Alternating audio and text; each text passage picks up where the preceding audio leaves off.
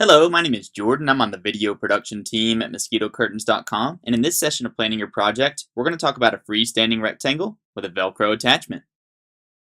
Before we get started, I want to talk about when it's good to call in your order. Many people are going to have these rectangular panels, and whenever you do, you can simply order yourself online. But if you have more complex examples like these slopes and notches, you're going to want to give us a call so that we can help you plan your project. This is a good example of that. You can see this gabled roof. We've got sloped panels up there at the top. This order would have to be called in, but with that being said, going through this tutorial will still benefit you because it'll give you an idea of how we go through the planning process. We've got a few goals for the project. Number one, we want to keep bugs out. Secondly, we want it to look nice. And finally, we want it to be easy to use. At this point, you've probably seen a bunch of videos. You're well aware of our surface and panel connections. We've got marine snaps that allow you to snap to a wall or a column, magnetic doorways that allow panels to seal to each other with a magnetic connection, and then stucco strips, which are basically a combination of the first two connection types. There are two basic steps to ordering your curtains. Step 1, panels, and Step 2, attachments. So let's jump into Step 1, panels. We're going to answer a couple of questions here. Number 1, how many panels do I need? And secondly, what are the final dimensions of each panel? The first thing that we need to talk about is the path and panel configuration. There are two basic types, an outside hang and an inside hang. Outside hang basically means you're going to go on the outside of your columns, and an inside hang means you're going to go on the inside of your columns of your structure. Most of the time in this application, we're going to be using an outside hang. There are two basic types of corner columns, regular and irregular. The main difference in a regular column and an irregular column is a regular column has some sort of a straight edge that you can snap to, creating a seal with your curtain, so you can actually directly snap to a regular column. An irregular column, you can't do that. Sometimes it's cylindrical, it's an ornate column, or maybe a fluted or a spindle column that doesn't give you a straight edge to be able to snap and seal your panel directly to the column. So let's talk about handling corners with regular columns. In this case, you want to consider an outside hang and ending your panels at corner columns because, like I said, with a regular column, you can snap your panel directly to that corner column, and that creates a really clean look whenever you finish putting up your curtains. Handling corners with irregular columns is a bit different. Because you can't snap directly to the irregular corner column, you're going to continue around your corner columns without panel breaks. So let's talk about a few configurations. The first configuration I want to run through is a 5-panel outside hang configuration. In this scenario, I have regular corner columns, so I can actually snap my panels directly to these regular corner columns. So what I'm going to do is on this side, I'm going to break it into 2 different panels with a magnetic connection in the middle. This will give me the opportunity to easily enter and exit through this magnetic connection. For my other sides, I'm just going to have one full panel that goes from corner to corner on each side. Now, if you look at this logically, that front side where I've got the magnetic connection, I'll be able to enter and exit that side without unsnapping anything because I've got that magnetic connection. But on these sides, because I don't have a magnetic connection anywhere, I'm going to have to unsnap these sides to enter and exit. So this would be my only easy entrance and exit for this configuration. So looking at this on the side view, you can see that I've got my panel 1, panel 2, moving around to 3 more panels that bring me back to my full 5-panel outside hang configuration. Now let's look at a 6-panel outside hang configuration. What I'm going to do here is simply add another magnetic connection at this side of my rectangular structure. So in this scenario, this side I'll be able to enter and exit without unsnapping because of my magnetic connection.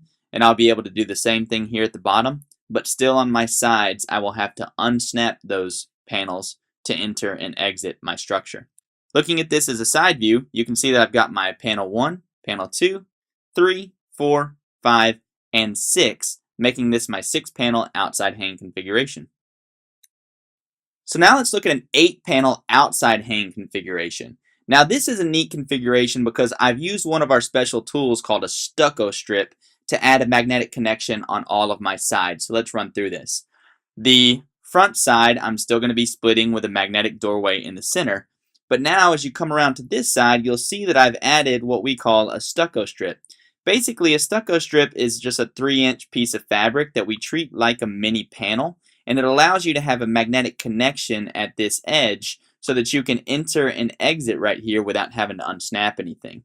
So coming around, you can see I've got another magnetic doorway there splitting in the center, and then I've added another stucco strip right here. Now, if you look at this logically, now all 4 of my sides I'll be able to enter and exit without unsnapping. Here I've got my magnetic connection in the center. Here I've got my magnetic connection at the corner. Here I've got my magnetic connection in the center. And up here I've got another magnetic connection in the corner. Looking at this in a side view, you can see I've got 2 panels here coming around to a stucco strip starting this side into another panel. 2 more panels down here coming into another large panel that ends in a stucco strip. So what I wind up with is 6 full panels and 2 stucco strips, making this an 8-panel outside hang configuration. The last configuration I want to run through is this 4-panel outside hang configuration. In this scenario, I have irregular corner columns. Because I have irregular corner columns, I've got to straddle those columns by using full panels that go around the corners. So what I wind up with is 4 panels going around my structure and connecting to each other with magnetic connections in the middle. Other configurations really perform better if you have regular columns, but if you don't, then this can be a solution for you so that you can get that curtain around your rectangular structure. Looking at this in a side view, you can see I wind up with 4 panels going around my rectangular structure connecting to each other with magnetic connections. So in this scenario, we won't actually be snapping to any of the columns because we have the irregularly shaped corner column. So let's talk about how to measure. First off, you want to measure the width along the path the curtain will take without any adjustments or overlap. So basically what we're looking for is the width from the inside of this corner column to the inside of this corner column on all 4 sides. Secondly, you want to measure the heights at all 4 corners from the underside of the Velcro mounting surface to the floor. So in this scenario, this is my Velcro mounting surface up here. So what I want to do is I want to measure from the bottom side of that Velcro mounting surface to the floor. And finally, you want to measure where you'd like panel breaks for magnetic doorways relative to some reference corner. Because I'm going to be splitting this in half with my magnetic connection, my D1 will be half of my W1. So let's take a look at my actual measurements. Looking at the sides, I see that all 4 of my sides come out to 144 inches. Doing the corners, I see that all of my heights are equal at 108 inches. Now, one thing we like to tell people is, if one of these corners is a little bit off, but within an inch or 2 of the others, you can actually take that higher height and apply it to your entire project. So in this case, if I was 109 inches on this corner, I would just use that 109 inches for my entire project. But if you're off more than a couple inches, you'll want to give us a call because we can actually, for a nominal fee, create you a custom sloped curtain for your particular application. And finally, let's look at my panel breaks for magnetic doorways. Because I want to split this in half, half of my 144 inch opening is 72 inches. So that is going to be my width from my reference corner. Alright, so let's talk about our unadjusted panel sizes. Basically, what I need to do is make sure that the sum width of all my panels equals the sum width of all of my sides. So in this scenario, I'm going to have 6 actual panels with 2 stucco strips. In the beginning, you want to ignore the width of stucco strips altogether. We're going to account for them later. Then you want to determine your unadjusted panel widths and make sure that the sum width of all your sides equals the sum width of all of your panels. So looking at my actual measurements, I've got 144 inch sides here, and I've already decided that in the sections where I'm going to break with a magnetic doorway in the center, I'm just going to split those in half. So basically, this 144 inch side becomes 2 panels of 72 inches. This 144 inch side does the same, and then these I'm going to treat as if there's just 1 panel there without the stucco strip, so I'm going to have a 144 inch panel on that side. So if I do all the math to add up all of these panels, 1, 2, 3, 4, 5, 6, I just need to make sure that they equal the width of all of my sides, and that is the case. My 576 inches does indeed equal 576 inches, and I'm good to go. Alright, so now let's do our final panel adjustments. We've got a very simple process that will allow you to adjust the height and the width of your panel so that it'll fit perfectly for your application. Let's first talk about height adjustments. Assuming you measure just the exposure without any overlap, you're going to automatically add 2 inches per panel regardless of width. So my 108 inch high panels become 110 inches apiece. Now if you think about this logically, basically what I've done is I've added an inch on top for my Velcro mounting surface, and I've added an inch on the bottom to seal the base of my curtain. But some people actually have more room on their Velcro mounting surface, so if you choose to, you can actually add an inch or two here. That'll give you a little bit of room to play with on where you actually mount the Velcro. So feel free to add an inch or two on the height if you have plenty of room to play with on your Velcro mounting surface. Now let's talk about width adjustments. Assuming you measure just the exposure without any overlap, we've got a simple 3-step process that'll allow you to do the width adjustments on all your panels.